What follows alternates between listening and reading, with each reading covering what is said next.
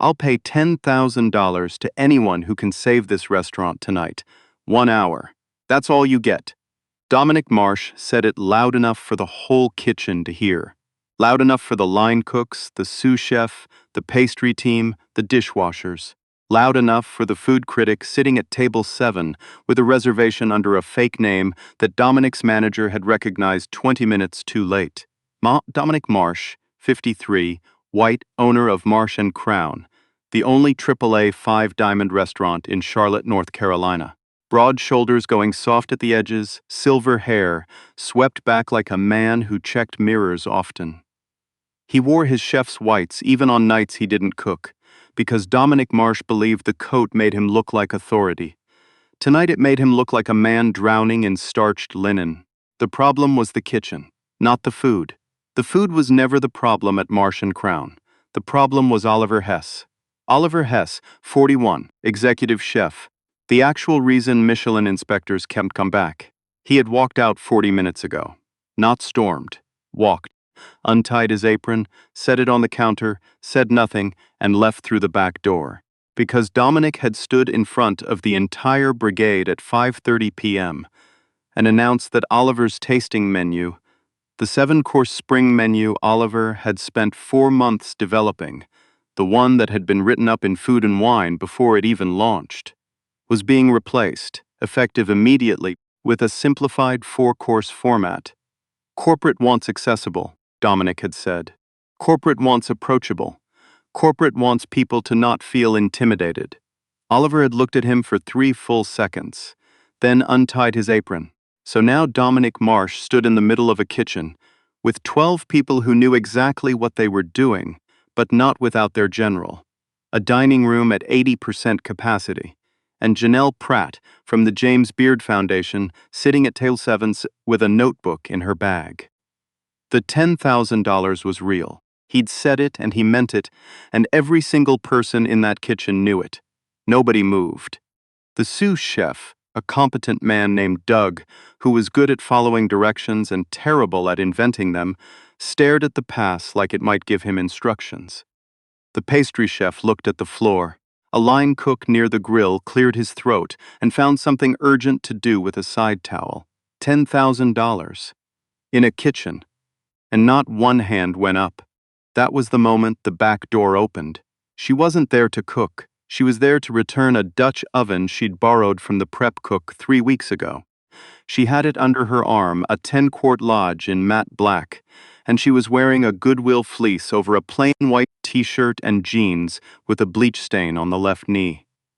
Her name was Simone, and she was 26 years old, and the pot she was carrying was worth more than her car.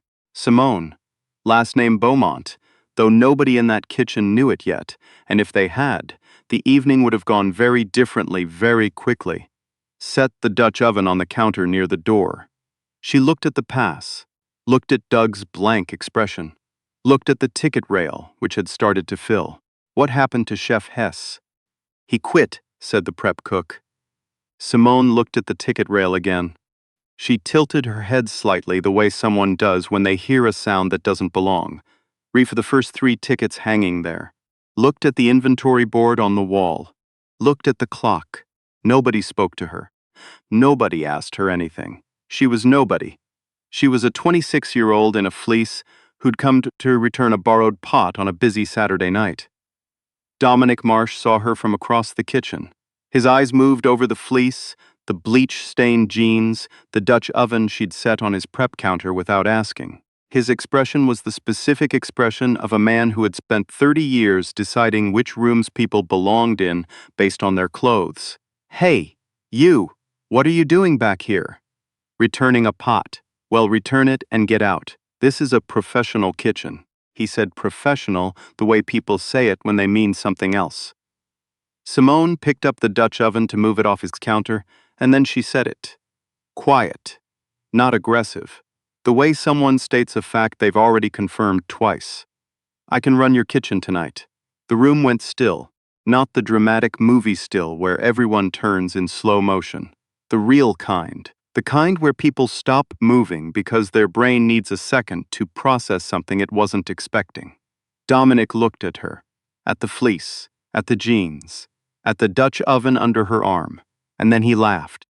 The real kind of laugh that starts in the chest and doesn't need an audience, though he made sure he had one. You can run my kitchen. Simone didn't shift her weight, didn't look away, didn't explain herself. 1 hour, I'll get you through service, every table, every ticket, every course. If I can't do it, I'll wash dishes until close, and I'll pay for whatever food I ruin. Dominic turned to Doug, then back to Simone, then to the dining room door and back. Janelle Pratt at table 7 had just received her amuse-bouche. She had maybe 20 minutes before she expected a first course. He looked at Simone's hands. Small. No visible calluses, no burn marks up the forearm, none of the small scars a working cook accumulates like a map of their career. He did not look at her face. If he had, he might have noticed something in her eyes that would have changed his entire calculation. The particular steadiness of someone who has stood in much harder rooms than this one. You can't even be in here without a food handler's certification. I have one. 3 of them, actually. Different states. That slowed him for a second. One of the line cooks, a young man named Felix, who'd been at Marsh & Crown for 8 months and was the most naturally gifted cook in the brigade, even though nobody had told him yet, was watching Simone with the focused attention of someone who recognized something without being able to name it. Dominic recovered. He swept his arm across the kitchen the way powerful men do when they want to remind you of the size of their domain. You see this kitchen? 6 burners per station. 2 Josper ovens. A walk-in that cost more than most restaurants gross in a year, and you walk in here in a thrift store jacket with a borrowed pot and tell me you can run it. Simone looked at the kitchen. Looked at it the way a chess player looks at a board they've seen configurations of before. Then back at Dominic. Your walk-in is organized wrong. Your proteins are stored by size instead of by cook time. That's why your pastimes are running long on the 8 top in the corner. Silence. Felix lowered his side towel. Dominic's eyes went to the 8 top. He'd been watching that table. He'd been trying to figure out why the timing was off and hadn't been able to pin it. Dominic looked at this woman in this fleece. If you crash my service, you don't walk out. I will call every contact I have in this city and make sure you never work in a restaurant kitchen again. She picked up the Dutch oven, set it back down on the counter, the way someone sets something down when they've made a decision. Deal. Nobody clapped. Nobody cheered. A line cook near the cold station exhaled through his nose. Doug looked at the floor. Felix looked at Simone. What nobody in that kitchen could have known, what Dominic Marsh could not have known, because he had looked at the fleece and stopped looking, was what Simone Beaumont had been doing for the last 4 years, or the 4 years before that, or the 4 years before that. What nobody knew was who her grandmother was. Lena Beaumont, 81 years old, had cooked professionally for 53 years. She started in the kitchen of a roadside diner outside Baton Rouge, Louisiana, at 17, lying about her age to get the job. By her 30s, she was running the kitchen of the Pelican Club in New Orleans, a restaurant that served governors and jazz musicians, and once, on a Tuesday in 1987, Julia Child, who sent back a compliment on the gumbo that Lena kept on a folded piece of paper in her wallet until it fell apart. By her 50s, Lena Beaumont had trained 42 professional cooks who had gone on to open restaurants in 11 states. She never opened her own restaurant. Never wanted one. She wanted to cook, not manage real estate. Lena had one rule she repeated every morning before service, every evening after close, and every time she put a new knife in a young cook's hand. The kitchen tells you what it needs. Your job is to listen.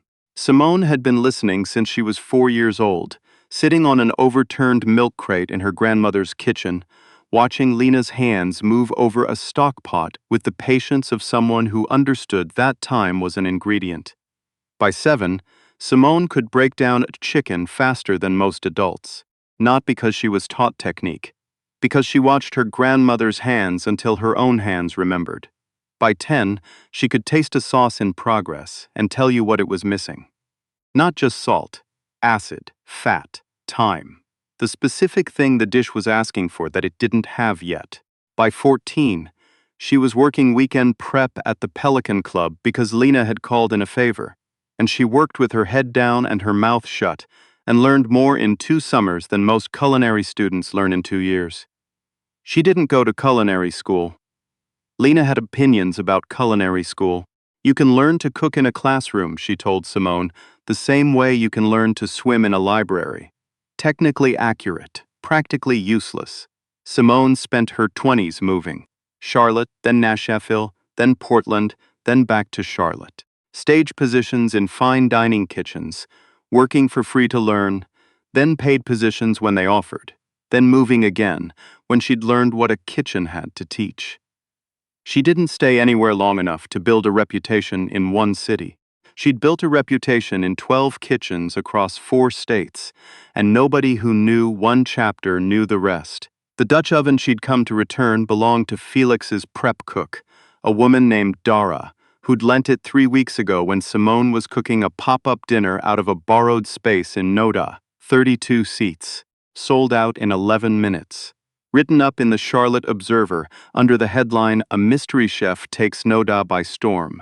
The reviewer didn't know her name. She'd given the pop-up a fake one. Simone Beaumont had been standing 12 feet from Dominic Marsh's kitchen for 3 weeks, and he had no idea she existed.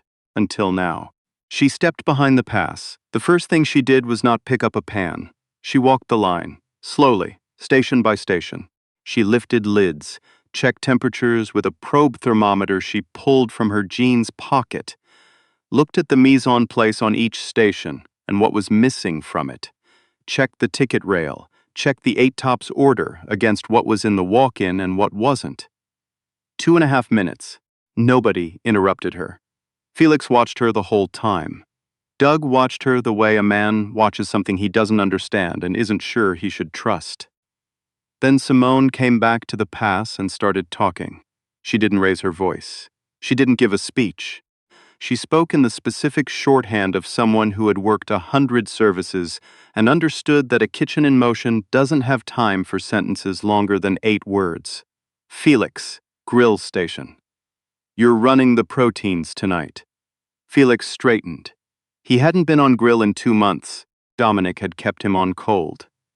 Doug, you're on sauces. Only sauces. Don't touch anything else. Doug looked like he wanted to object and couldn't find the angle. She called each station by name and gave each cook a single clear instruction. Repositioned 2 pieces of equipment without asking permission. Pulled 3 items from the walk-in herself and set them on the pass in a specific order that none of them understood yet, but that made sense 20 minutes later when the first full ticket went out. Dominic watched from the kitchen doorway. He had a glass of water in his hand that he'd forgotten he was holding. The first 2 tickets went out clean, not fast, exactly on time, which is a different thing and harder to achieve. The 8 Top got their first course 18 minutes after sitting down. The food runner came back to the pass and said quietly that table 7 had looked at the plate for a long moment before picking up a fork. Simone didn't respond. She was already reading the next ticket. Felix, 4 minutes on the lamb. Pull it now, rest it, finish it plating. He pulled it, he rested it. When it came back to the pass 4 minutes later, the internal temp was exactly where it needed to be. Felix didn't know how she'd known. He'd been doing the math on the timing in his head, and she'd called it before he got there. He looked at the pass and then at Simone. She was already on the next ticket. Dominic moved closer to the kitchen. He set his water glass down somewhere and forgot where. The next 40 minutes were the quietest service Marsh & Crown had run in 3 years. Not silent. Kitchens in motion are never silent. But there's a kind of noise a kitchen makes when everything is working. A rhythm, a specific call and response between stations that has tempo and logic. And it is completely different from the noise a kitchen makes when it's fighting itself. Marsh & Crown found that rhythm 12 minutes into Simone's service and held it. At the 30-minute mark, Table 7's entrees went out. Simone had made one adjustment to Oliver Hess's original plating, moved a garnish element from the rim to the center, changed the sauce application from a pool to a streak, Two small things that were actually not small. They changed the way the eye read the plate before the fork touched it. The food runner came back again, said something to Felix. Felix looked at Simone. Table 7 asked, "Who's cooking tonight?" Simone checked the next ticket. "Tell them the kitchen." 47 minutes after she stepped behind the pass, the last ticket of the hour went out. Every table served. No returns, no corrections, no complaints. The 8-top had ordered dessert. Table 7 was still sitting, which is what critics do when they're not ready to leave. Dominic walked to the pass. He stood there for a moment, looking at the organized station, at Felix cleaning his grill with the specific economy of a cook who'd had a good service, at Doug, who looked mildly stunned. At the ticket rail, empty, he looked at Simone. She was wiping down the pass, unhurried, the way someone does at the end of a service when the service was what it was supposed to be. Dominic opened his mouth, closed it. There was something in his expression that was not quite what he usually wore. The silver hair was still swept back. The chef's whites were still crisp. But the thing behind his eyes had shifted by about 3 degrees, and he could not have told you when it happened. "How did you know about the walk-in?" he said finally. "I worked a kitchen in Asheville with the same layout. Same mistake. It costs you 4 minutes per ticket on anything that needs more than 15 minutes of cook time." He nodded slowly, which for Dominic Marsh was the equivalent of a longer speech. "Who trained you?" Simone set down the cloth. "My grandmother." Dominic looked at her hands again. This time he actually looked. The small scar at the base of her left thumb from a mandolin. The calluses at the first joint of each finger. Things he'd missed before because he'd been looking at the fleece. "What's your grandmother's name?" "Lena Beaumont." The kitchen went quiet in a different way. Doug looked up from the sauce station. Felix stopped wiping his grill. Even the dishwasher in the back, a large quiet man named Harold, who had worked at Marsh & Crown for 11 years and witnessed many things, looked up from the spray station. Because every serious cook in the American South over the age of 35 knew that name. Dominic Marsh had eaten at the Pelican Club in 1999. He'd been 27, staging in New Orleans for a month, eating everywhere he could afford and some places he couldn't. He'd eaten Lena Beaumont's gumbo on a Wednesday night, and it had changed the way he understood what a roux could be. He'd never known her name. He'd never found out who cooked that night. He'd thought about that gumbo across 26 years of his own cooking. He stood at the pass and looked at Simone Beaumont in her Goodwill fleece. The thing behind his eyes shifted another 3 degrees. He reached into his chef's whites, pulled out an envelope, set it on the pass. $10,000. He didn't say anything else. Because the deal had been the deal, and Dominic Marsh, for all his faults, honored a deal. Simone looked at the envelope. "Didn't pick it up yet. You owe me something else." Dominic's jaw was still. The kitchen was listening. She said it the same way she'd said everything else tonight. Without heat, without performance, just the fact of it, sitting in the air between them. "You told me I couldn't be here. You told me this was a professional kitchen. You made a decision about me in about 4 seconds based on what I was wearing." Dominic said nothing. The silence was the answer. Say it. To the kitchen. All of it. The muscles in Dominic's jaw moved. This was a man who had been profiled in Charlotte magazine. A man who had given keynote addresses at hospitality conferences. A man who had told 20 years of young cooks that excellence was the standard, that the food was what mattered, that the kitchen was a meritocracy. He looked at the envelope on the pass. At his kitchen. At Felix, who was watching with the focused expression of someone storing something important. At Harold in the back, who had set down his spray hose. "I was wrong," Dominic said. He didn't say it loud. He said it at a volume the kitchen could hear. "I looked at you and I made a decision. I was wrong." He picked up the envelope and held it out. His hand was not shaking the way Garrett Steele's had shaken, but there was something in it that wasn't entirely steady either. Simone took the envelope. She folded it once, put it in the pocket of the Goodwill fleece, picked up the Dutch oven from where she'd set it near the door at the beginning of all this. "2 more things," she said. Dominic waited. Felix runs the grill from now on. He's been wasted on Cold Station for 2 months, and you probably know that. Felix looked at his grill. Something moved across his face that he didn't entirely hide. And call Oliver. The spring menu was right. Accessible doesn't mean simple. It means nobody leaves hungry for something they can't name. She walked to the back door. Dominic stood at the pass in his chef's whites that he hadn't actually cooked in, and watched a 26-year-old woman in a bleach-stained fleece carry a borrowed Dutch oven out of his restaurant. Felix said, quietly, to no one in particular, "Who is she?" Harold, from the back, without looking up from the spray station, said, "Lena Beaumont's granddaughter." Nobody said anything after that. They didn't need to. What happened in the next week was the kind of thing that happens in a mid-sized American city when a secret turns into a story, turns into the internet. The food runner who'd gone back and forth to table 7 that night had a food blog. Not a famous one. 4,000 followers, mostly local. She wrote a post the next morning that started, "Last night at Marsh and Crown, I watched a woman walk in off the street in a fleece jacket and save a Michelin-tracked restaurant's service in 47 minutes, and nobody knew who she was." Janelle Pratt from the James Beard Foundation published her visit report 10 days later.